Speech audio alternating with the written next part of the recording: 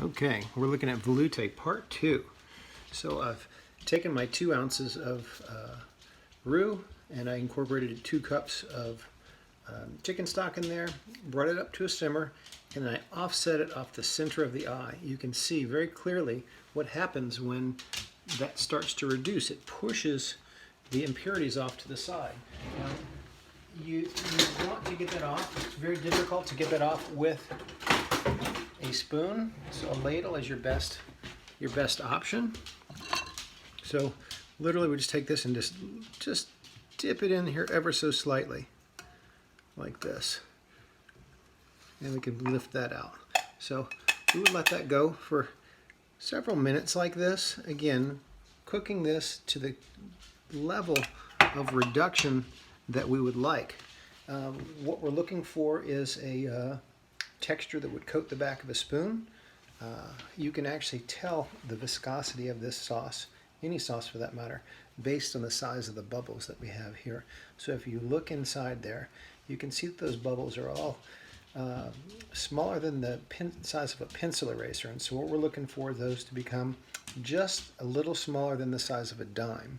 Once they get to that point, they've thickened up to the point where we are actually able to remove this from the heat, and it is thick enough for us to use. There's Miley down there. So I've not added any seasoning to this yet.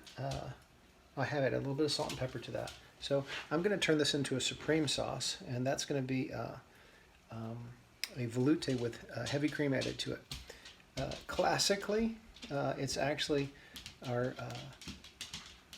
white stock with a mushroom stock added to that as well, and then finished with cream. So what I did was I actually simmered some dried mushrooms in my chicken stock to fortify the flavor, and then I went ahead and added in, I will go ahead and add in my heavy cream to turn that into a supreme sauce. So this will continue to reduce.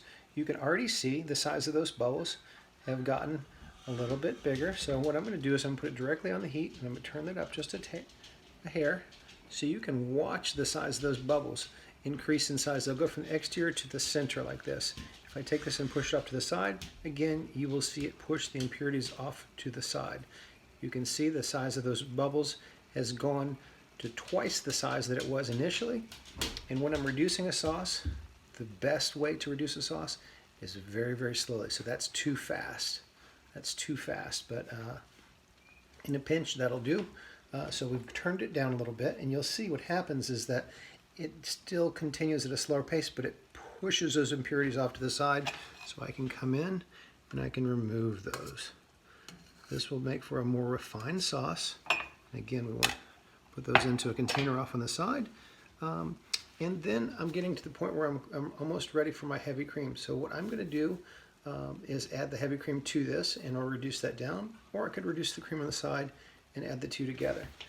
But again, anytime that I make an addition to my sauce, in this case I've added in some heavy cream, what I want to be sure to do is to season what I just added in. So since I've put in some heavy cream that was unseasoned, I'm going to season that to the degree that I think I seasoned what I just added. Salt and white pepper. And I'll come back, give that a little whisk. And once you see this come up to a simmer, you'll notice that the size of the bubbles will be small again, because the viscosity has changed with the addition of the heavy cream. But that being said, once this does reduce a little bit, it's going to change very much in its nature. It's going to get nice and creamy and thick.